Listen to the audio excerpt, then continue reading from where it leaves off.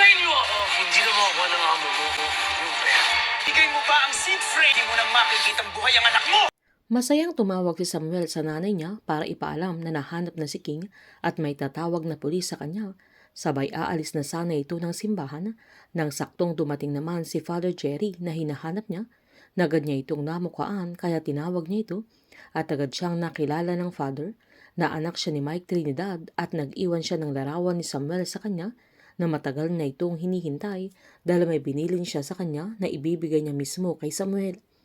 Agad namang tinawagan ni Johnny si Lolita para ipaalam na nasa presinto na si King at nailigtas niya ito at pwede na nilang sunduin sa presinto, kaya mangiyak-ngiyak na nagpasalamat si Lolita na agad silang umalis para puntahan ang apo niya. Habang naghihintay naman sila ay tinanong ni Johnny si King kung gutom na ito para maibili niya ng pagkain, na agad namang umiling ang bata nang saktong dumating sila Lolita, kaya agad silang nagyakapan at agad kinumusta ni Lolita ang bata. Si Paeng naman ang nag-ayos sa mga papel ni King para makauwi na sila agad dahil wala si Samuel. Sinabihan ni Johnny si Lolita na pagkatapos ni Paeng ay pwede na silang umuwi. Sabay nagpresentang eskortan niya sila pag-uwi para masigurado nilang ligtas sila, pero may maling motibo si Johnny sa mga ginagawa niya. Agad pang nagpakuha ng larawan kay Noel kasama sila Lolita at King na feeling talaga niya ay siya ang nagligtas sa bata. Agad dinala ni Father Jerry si Samuel sa opisina niya, sabay inabot yung Bible na iniwan ni Mike para sa kanya, kaya nagpasalamat, sabay binuksan niya ito. Agad nakita ni Samuel yung puting sobre na nakaligpit sa Bible, kaya agad niya itong binasa. Sinulat talaga ni Mike yung sulat na yun para kay Samuel, kung saan sinaad niyang kung binabasa na ito ng anak niya ay ang ibig sabihin na hanap niya yung mga clue na iniwan niya, na siguradong alam na din niya ang scammer ang tatay niya. Sinalaysay ni Mike na na-involve siya sa mga maling tao at pinagsisisihan niya ito, pero huli na ang lahat para sa kanya.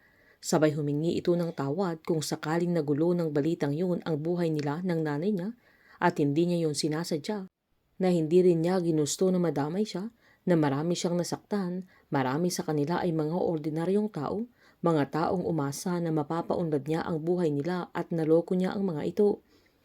Giniit pa ni Mike na dahil doon hindi na niya kayang harapin yung sarili niya at pinaliwanag niyang sa kanya niya iniwan yung wallet dahil alam niyang siya ang mapagkakatiwalaan niya, sabay pinaalalahanan niyang huwag siyang magtitiwala sa kahit sino dahil maraming magkakainteres sa pera, kaya delikado dahil hahabulin nila yung pera at handa silang pumatay para makuha yun. Kaya siya na ang magdidesisyon kung ano ang gagawin niya at kung pipiliin niyang umiwas ay maiintindihan niya. Sabay humingi ng paumanhin dahil iniwan niya itong may malaking responsibilidad. Sabay sinaad niya ang mahal niya ang anak niya, kaya naiyak si Samuel sa mga sandaling yan.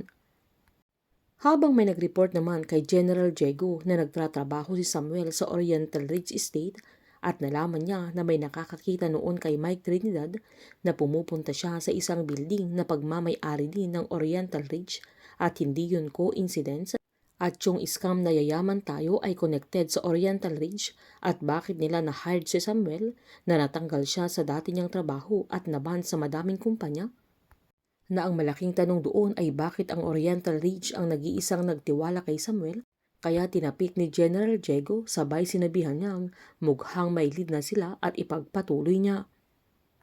Habang wala namang nabasa si Samuel na seed phrase sa sulat ng tatay niya, hanggang makita niya yung Bible verse at nagulat siya, kaya hinanap niya ang mga ito na nilagyan ni Mike ng mga marka, yung mga words para sa seed phrase, kaya masayang masaya si Samuel dahil nahanap niya ang sadya niya. Paglabas ng simbahan ni Samuel ay hawak-hawak niya yung papel kung saan niya sinulat yung seed phrase, na laking gulat niya nang biglang may tumutok sa kanya ng baril. Nailigtas nga ni Agnes si King, ay si Samuel naman ang pinadukot nila Roldan at Jacob. Pinulot ni Samuel yung findy or tracking device na nilaglag ng tao ni Jacob na nilagay ni Enzo sa bulsa ni King nung nakidnap siya, na iniwan nila sa mismong unang area kung saan tinago ang bata. Agad tatawagan ni Alisa si Enzo para sabihin hawak pa ng kuya niya yung findy na binigay niya kay Enzo, kaya susubukan niyang hanapin kung makikita pa or connected pa sa cellphone niya. Makakatulong kaya yung findy or tracking device para matuntun at mahanap nila si Samuel.